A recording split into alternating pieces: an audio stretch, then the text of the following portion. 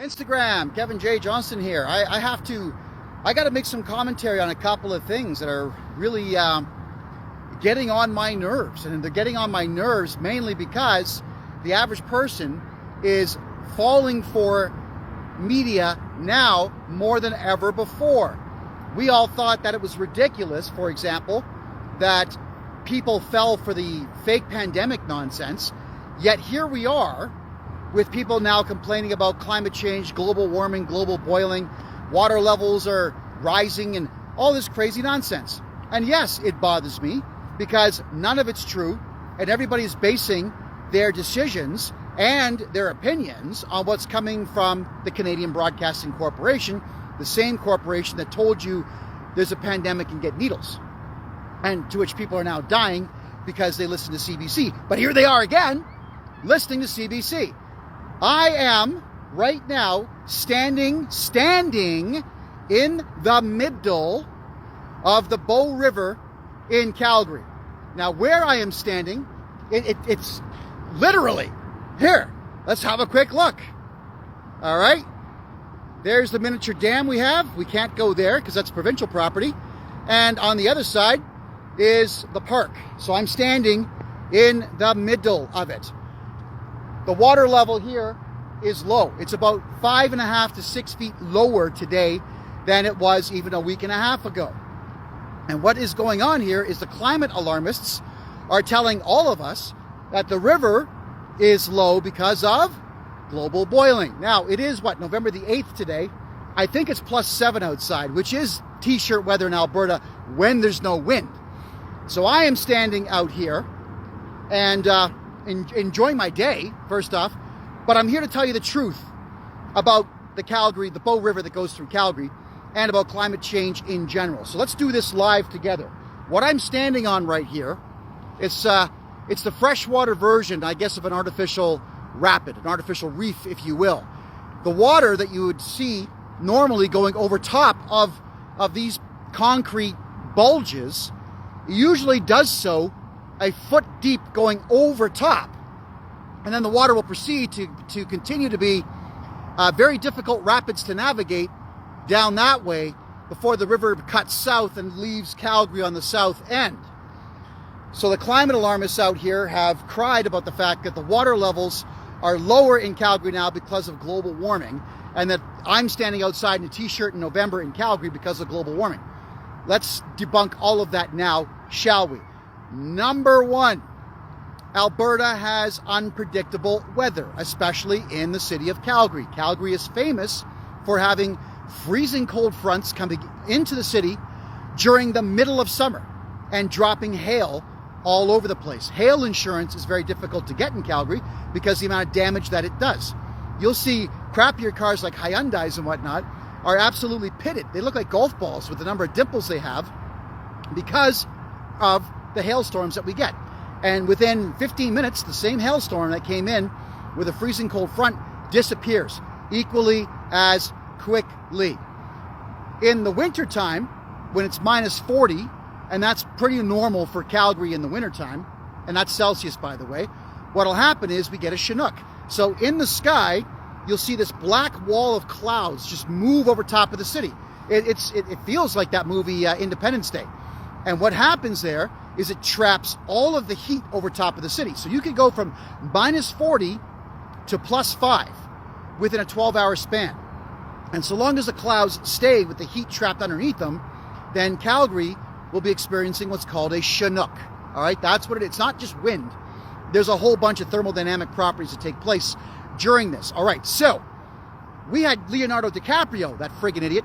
He came up here and he talked about the fact that global warming is real because, look, we're in Calgary in January and it's warm. Well, the same thing happened in January this year. We had 3 weeks of warm. I loved it. I love when the Chinook rolls in. But that is a regional phenomenon. Edmonton doesn't get the Chinooks because they're too far from the mountains. Neither does Red Deer. It's a Calgary thing. Very localized. Now, why would the river, the Bow River, which is normally full of tourists, and right now there would be kayakers, just dodging over top of this thing. And also, the fire department in Calgary has a powerboat, and they jump this thing going into the higher part of the river. It's low. Do you think it's because of global warming, everybody?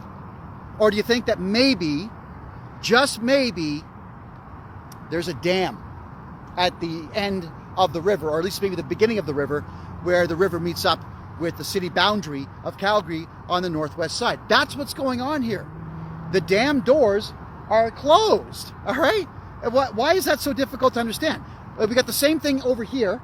So, right, so if you have a look at those doors, that's also a storm dam. And those doors are closed, all right?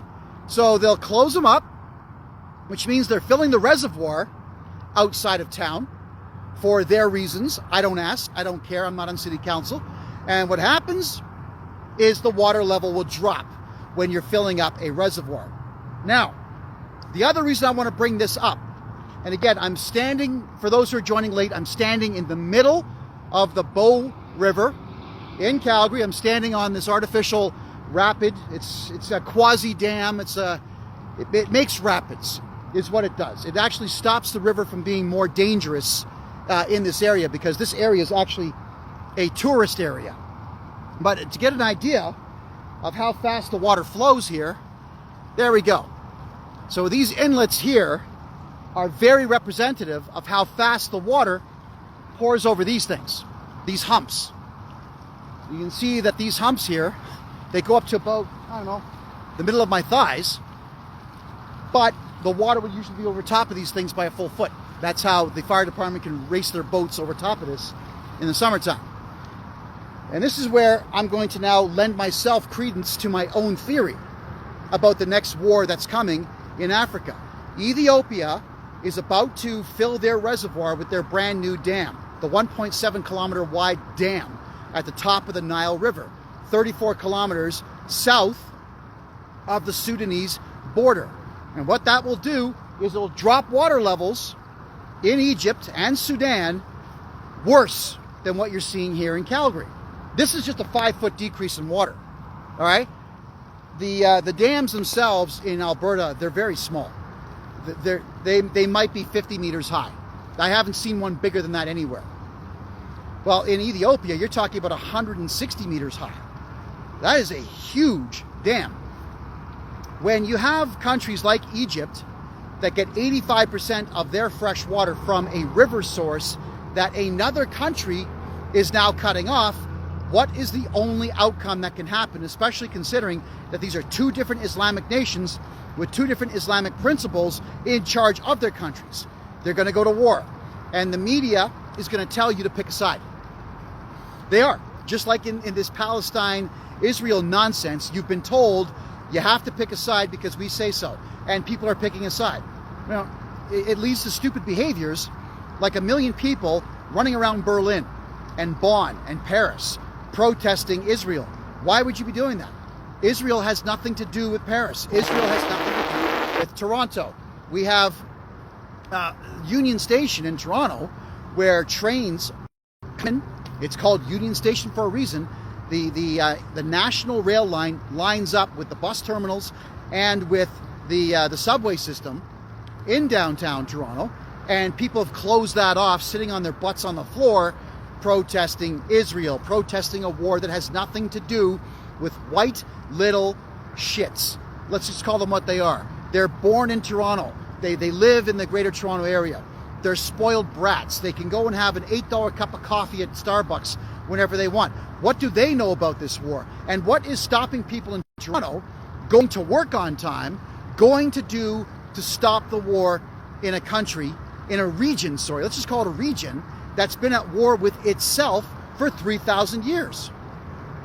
So when Egypt and Ethiopia go to war over lower water levels, which I'm now demonstrating to you today, how fast they can be lowered, don't take a side.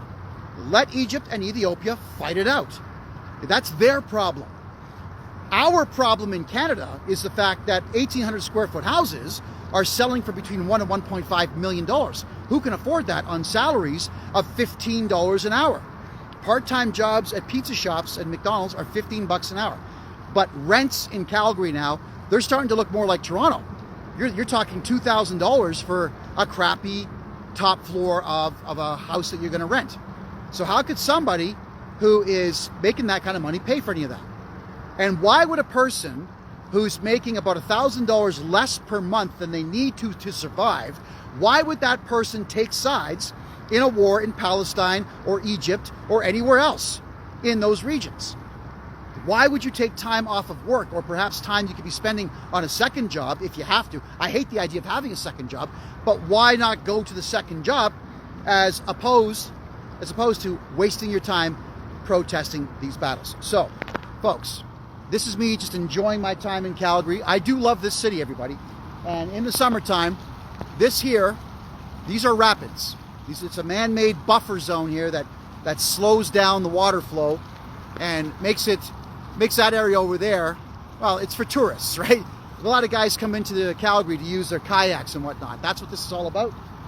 The water levels are low, but not because of global warming, which is not a thing, because the dam at the top of the river is closed so they can fill the reservoir. There we go. Occam's razor, everybody. The simplest solution is often the truest. All right. Now, there's nothing else for me to rant and rave about. I mean, I'm going to start jogging in the park here. Obviously, you can see that I still got to drop a couple of pounds. I'm going to enjoy the beautiful day where I can actually be in a t-shirt in November in Alberta, which again has nothing to do with global warming. It's just the natural cycle of Alberta and the planet. So I'm encouraging each and every one of you out there, just stop watching the news. It's bad for you, obviously. If you know anybody who's taking sides in these conflicts around the world, just ask them why. Why are you doing this? What is you bitching at me about Israel and Palestine at the dinner table going to do to solve that problem? Hamas has already made it clear that they will not accept a ceasefire. I can't do anything about that. Israel's already said they're not going to accept a ceasefire. I can't do anything about that. And because I'm so powerless in that, and because you are too, I've decided not to fly a flag of either country and not to get involved in any of these protests in any way, because all I would be doing is impeding other people here who are just trying to live from living. And I don't have the right to stop you from living your life, much like these idiots around the world who are protesting oil and protesting Palestine, Israel, and so on, are interfering with your life. They think they've got the right to do so. And they think that protesting these other countries is somehow going to work. If you want to see the kind of a protest that works, the truckers' convoy in Ottawa worked. We got our rights back because of those amazing people. But that was a protest not for the world. That was a protest in Canada for Canada. Now, I'll ask you all this. Were the Palestinians flying Canadian flags and marching in cities all over the world, protesting Justin Trudeau's policies on shutting down your businesses and injecting your children with needles? What? No, they didn't. Palestine will never do anything for Canada. So why are we doing anything for them? It's not a matter of we need to be humanitarian just because the left wing says so. We don't. What we do know is that there is a solution here, is if we can get Donald Trump back in office in the United States, and we in Canada can't do that. If everything aligns and he gets back in, he'll end all that crap within a couple of weeks. But we still have to wait till November of next year, and then January following, when he actually takes office, to have that happen. So I'm asking you a question now. Are you going to fly Palestinian flags and Israeli flags for the next year and 3 months before Trump can do anything to stop it? Or are you going to live your life and improve yourself so that you can contribute the most to your community here? I think the question is pretty much going to be answered on its own, but go ahead in the comments and tell me what you're going to do for the next year and 3 months. I love you all. We'll see you soon.